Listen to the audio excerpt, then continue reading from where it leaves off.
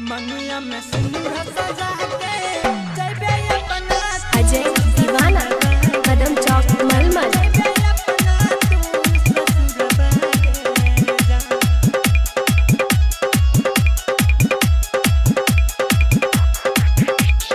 मंगिया में सिंदूर सजा के जइबे अपना तू ससुरबा के जान जइबे अपना तू ससुरबा के जान। मंगिया में सिंदूर सजा के जइबे अपना तू ससुरबा के जान जान। तोरे खातिर घर कहि छौ हमर पिया गे जान जान। तोरे खातिर घर कहि छौ मोर छतिया गे जान जान। तोरे खातिर घर कहि छौ मोर छतिया गे जान।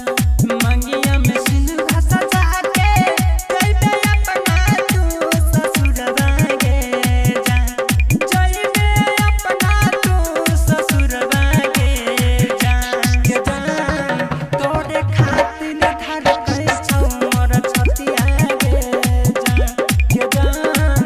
तोरे खातिर घर कहि छौ मोर छतिया गे जान।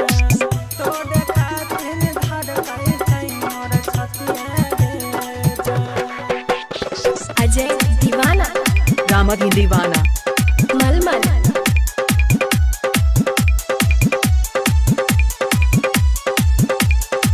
Presented by Arulia Recording Studio। दिलवा के तोड़ देलही हमरा के छोड़ देलही अपना सपना गोरी गोरी के सजा लेलही खुद के सजा। दिलवा के तोड़ देलही हमरा के छोड़ देलही अपना सपना गोरी गोरी के सजा लेलही।